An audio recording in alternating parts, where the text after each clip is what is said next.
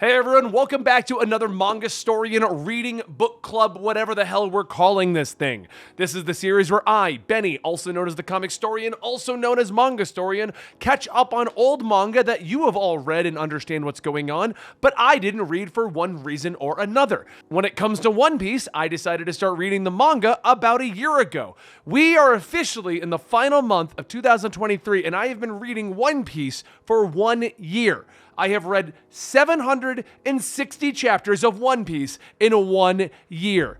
That is crazy when I think about it, which also means that at this current pacing, by April, I'm going to be caught up and this channel is going to die. For those who are joining us for the first time, not sure what you're doing here this late in the game, but the fact of the matter is I'm reading the manga, not watching the anime, which means that my reactions are going to be different. I write notes as to what I read so I know what I'm talking about, and that's what we're going to be talking about here. So today we're going to be talking a little bit about Dressrosa. Now, again, as I have seemingly done for this entire series on One Piece, I read about 30 chapters and normally go, okay, that was a pretty good cliffhanger. We're going to end it there. And I ended one chapter before it got interesting again.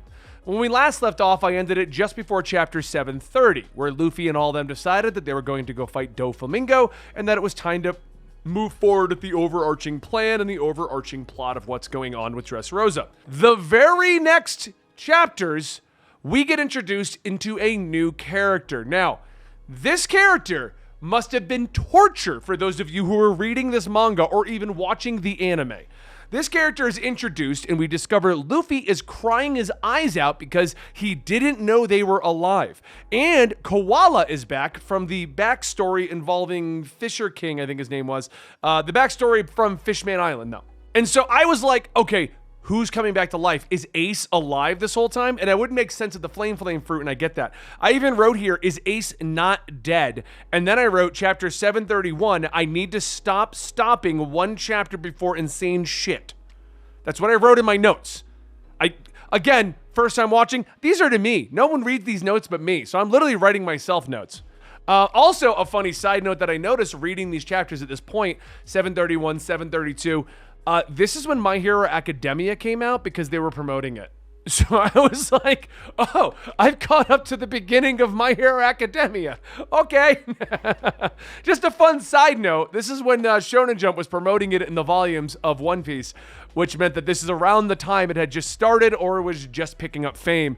Either way, it's pretty funny that this chapter is around where My Hero Academia started, okay? So anyway, the crew then turns into a new mission. The mission is to stop Sugar. They got to knock out Sugar. She's been turning everyone into toys. If they can do that, all the toys are going to turn back into people, and the army is going to get massive because now we've got tons of people to fight against Doflamingo and all of his armies, people, and stuff like that. Now, I don't know what chapter I got to at this point, but I did put it together who the not dead guy is because I realized it's no way that Ace is alive because you can't do that, you know? Hold on. So I realized there's no way you can just bring Ace back to life and just do that. So what you could do instead would be to bring back Sabo, who's when Sabo was introduced, I knew right off the bat that there's no way that Sabo wasn't going to play an important role later in the storyline. So I quickly kind of put it together that if the flame fruit is there and the flame fruit would come back with the death of Ace, then that means that there has to be somebody else that Luffy would be upset by. And who else could Luffy cry about other than the other brother that he has, Sabo? So, of course, it's got to be Sabo. Sabo's got to be working with Koala and all these other characters.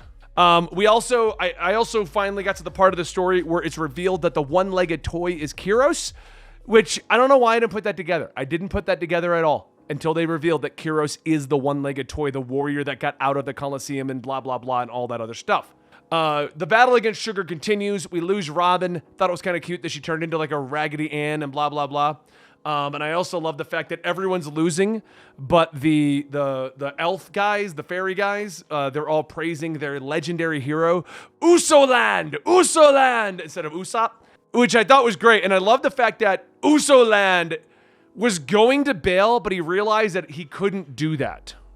And just turned into like the legendary hero that they all believed he was. But I do love the little note that, and I think I jumped a little bit ahead because this is, as you guys know, I normally talk about one character all the way through and then I have to jump over because of the way the story's structured.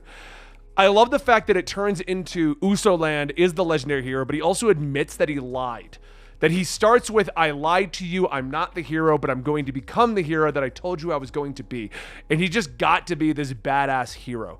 Usopp stepping up was amazing. I loved that moment and stuff like that. We then get to go into Kyros' story, where we discover who Kyros actually was. It was very short, the backstory for Kyros, but I actually kind of enjoyed that one. The idea that, you know, he was this ruffian who didn't really matter at all, but he slowly worked his way up the ranks, and he eventually got to marry the princess, and the princess and him then kind of retired, and everyone thought she was dead and all that. I loved that storyline. It was just a nice, short, brief backstory to Kyros, which made me really care about Kyros. And then things got interesting. Because Kyros leaps into battle and cuts off Doflamingo's head. And I'm like, what? At this point, I couldn't understand. I didn't know if we had just killed him. Because I do know Dressrosa goes to like 790. So we're about halfway through. And I'm like, what else is going to happen? Doflamingo's down. That's the end of that. Okay. Quickly revealed that it's not, that Doflamingo can make these like marionettes and stuff like that. But it did lose me for a moment. Not lose, but confuse me for a moment, where I was just kind of like, okay, what's happening here?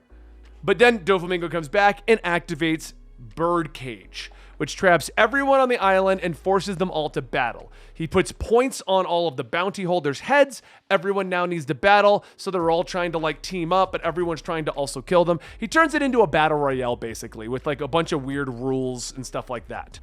This is where I think, from someone who's only reading the manga and not the anime, I feel like the anime would have done better, because once the birdcage comes down, there's quite a few chapters of just random fights happening all over the place with everyone that we've met along the way. So everyone from the arena that got turned into a toy, various members of the Straw Hats, various members of the different resistance fighting groups. Everything is going on, and I will admit it just started losing me, because I didn't quite know what was happening, because there was so much happening at one time. It's the same complaint I've had a few times in One Piece when we get into these giant fights with many, many guys and many, many soldiers and many, many battles all at the exact same time, and they're not core team members. Like, it's not like, okay, this is the fight with Zoro and this is the fight with Robin. It's like, this is the fight between this random bounty berry guy and this random woman, and this one's a giant stone thing that's turning into the town. Oh, and Luffy's showing up for that one, but hold on, we're gonna cut over here to the pretty guy in a horse, and he's running over here, and his horse is getting chomped on and stuff like that. It's just a lot happening. I feel like the anime would translate that a lot better. Because when it comes to the black and white art of manga and 20 characters trying to fight all at once, it does lose me. But it was during this that Trafalgar Law's motivations were revealed. I want to comment real quick. You guys all make fun of me for making up my own names for the characters, so it's easier for me to follow who's who and who's important. I've realized Luffy does it. I don't know why I didn't put that together in 1 year of reading One Piece, but I did, because he just calls them Trophy. So I'm like, wait. He just makes his own names up for people, and then you're giving me shit because I'm doing it to keep track of people easier. Whatever. Screw all of you. Anyway, Trophy's rationale behind it kind of comes out, and what he's trying to do to an extent. His actual motivations are, to get through it all and figure out what's happening. It was okay. I mean, at this point, when he made the alliance and then he broke the alliance and then he did it, you kind of knew there was more going on. And this whole time they've been implying there's something more deeper with him and Doflamingo.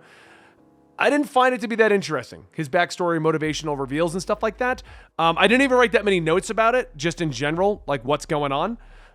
So I'm just waiting for Law to go work with Luffy again and kind of get over it all, which does happen. He goes in that direction, which I found funny because the whole time he's yelling at Luffy, if you let me go, I'm going to kill you. And Luffy's like, whatever, we got to get you out. And it's standard Luffy fashion. He made an agreement with Law. Until Law directly tries to kill him, he's going to be working with Law. I also put down here, Mansherry's not real, kind of saw that coming. I was wrong on that on my note because I put right after it, oh, she is real. It just wasn't in that room. I guess she's down in like the cook area or whatever. I don't know. Mansherry is a weird motivation that they haven't really played too much into. So in my notes here, this is where Usopp finally took out Sugar because he was the last one standing and she knocked him out. His plan didn't work and he did. I had to find out what it was later in the series, what his move was, because it really threw me off in the manga. He's sitting here like this, and then his face ejects, and he knocks out Sugar with it, but her face ejects. I didn't know what was happening. I was flipping through the pages like, what just happened? Later on, it's named Usopp's, what was it called? Usopp's Jack in the Box face or something like that. Like they named it. And I'm like, oh, there it is. Special facial Jack in the Box attack. But that's what he did to knock out Sugar. It was not explained at all, at least from what I had read. I just assumed it was standard anime manga fashion. He ate the hot pepper and that's what knocked her out. But I kind of just chalked it up to that. I didn't realize that the actual ejection of his face was what hit her. I thought maybe she was scared, or I didn't quite know what had happened with that one either. But it gets named later, which makes sense. He knocked her out with the ejection of his own face onto her face. That sounds weird, right? So then this is when things got fun because Rebecca, who's become my favorite character in this arc, Rebecca is fighting against the man that killed her mother. And she's getting beat. And that's when Kyros comes in and saves her. And I'm not kidding you guys. I'm sitting here reading on this tablet here. And it's like 6 a.m. in the morning. And I'm just doing this. I'm like, yes! I yelled it out at like 6 a.m. in the morning. My wife was not happy with me. Kyros arrives. We get the backstory. Rebecca realizes that it's her father. It's such a heartwarming moment, and not in a sad way. It's like she realizes Soldier was her father this whole time. She realizes what has been going on, and she realizes he's there, and he saved her at the end. I loved that moment. It was so great. And and I put it here too, and I forgot to mention it right there, but I did put it in the note. At first, she called him Soldier, and I'm like, okay, so she doesn't fully get it, but then she calls him Father. And I'm like, that was it. That was the button we needed for the Kyros Rebecca story, so that when he arrives, she just knows. She knows. We don't need explanation. We don't need to go into it. It's just, that's her father. It's Kyros, the hero of the Colosseum, and he has been here the whole time protecting her. I loved that moment. And then we get Usopp's, I had to write this note down, and I know you guys would give me shit if I didn't. We get Usopp's insane shot from like across the island to save Luffy. Luffy and I think it's Law. I don't know. He's with somebody at the moment. They're all running to fight Doflamingo. It's him and I think Law going over there to fight Doflamingo. And they stop because Sugar has woken up and she's trying to get people turned. And Usopp sees Sugar talking to Luffy from across the island. And I'm like, oh no, what's gonna happen? Are they gonna lose Luffy here? And that's why this chapter is so long? And like Usopp's like, if she touches Luffy, we won't even know we had Luffy. We're just going to lose it. So he shoots from across the island, hitting Sugar, knocking her out before she can touch Luffy. Like, if you ever questions Usopp's abilities, this Dressrosa just shows the legendary hero Usoland. It's so great. I loved it. And that's where we are now. They get to the top of the tower. This was 759 or 760. They've gotten to the top, and now they're face-to-face with Doflamingo and everyone up there. I feel like the birdcage thing just kind of went away. It was used as like an excuse to just stretch out a few chapters for a few more fights, which I kind of feel like the arena was too. The arena was just stretching out Dressrosa. I really wonder if we could drop the arena and drop the birdcage and we'd still have a cohesive story. But the arena also backstories a lot of the characters that pop back up in the birdcage. So if you got rid of one, you'd have to get rid of the other. It felt weirdly padded, but unlike a lot of times where I feel padding in the storyline, it didn't feel unnecessary. Now, I did do a tweet that I'm loving Dressrosa the more and more I read it, but somebody tweeted out with a response stating that I'm surprised a lot of people hate it. Are you watching One Piece to get around all the filler? So I'm assuming the anime version of Dressrosa is much more padded out and much longer.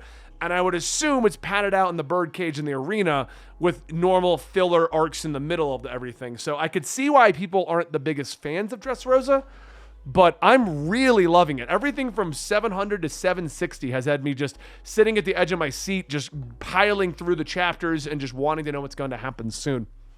But that's where I am right now. We're at the top. We're going to fight Doflamingo. I'm assuming birdcage has been pretty much handled at this point because they bring it up, but for the most part, it's just kind of like a background. Like, oh, they're all stuck on the island. Why are they stuck on the island? Birdcage. Okay, I guess that's it. And then like that seems to be the only thing that's going on. I was sad when the horse's head got crushed. I'm going to comment on that real quick. That was a sad moment because I don't like when animals get tortured. But, you know, I guess it was just crushed, not tortured. Anyway, guys, I've pushed through as long as I can. This is Benny on COVID talking about chapters 730 to 760. Next, we'll be doing the finale to Dressrosa. And I'm hoping to have that out before the end of the year so that we can end the year at chapter 800. 1 year of One Piece. 1 year. And I got to the end of Dressrosa. And then we can also start our One Piece game streams here on Manga Storian where I go through the game Odyssey. But we'll see if that even ever happens. Anyway, guys, thank you so much for your support. Like, subscribe, hit that notification bell for the next chapter. And every Friday, another One Piece video. And I'm going to be talking about... Oh, I said it. I had it in my head. The problem with Jujutsu Kaisen, it's not Jujitsu, it's Juju Kaisen. The problem with Juju Kaisen is I've overthought it so much in my head now. I know how to say it, but my brain won't say it right. Anyway, I'm watching the show so that we can make a video on Jujutsu Kaisen. I get it? I'll see you guys next time.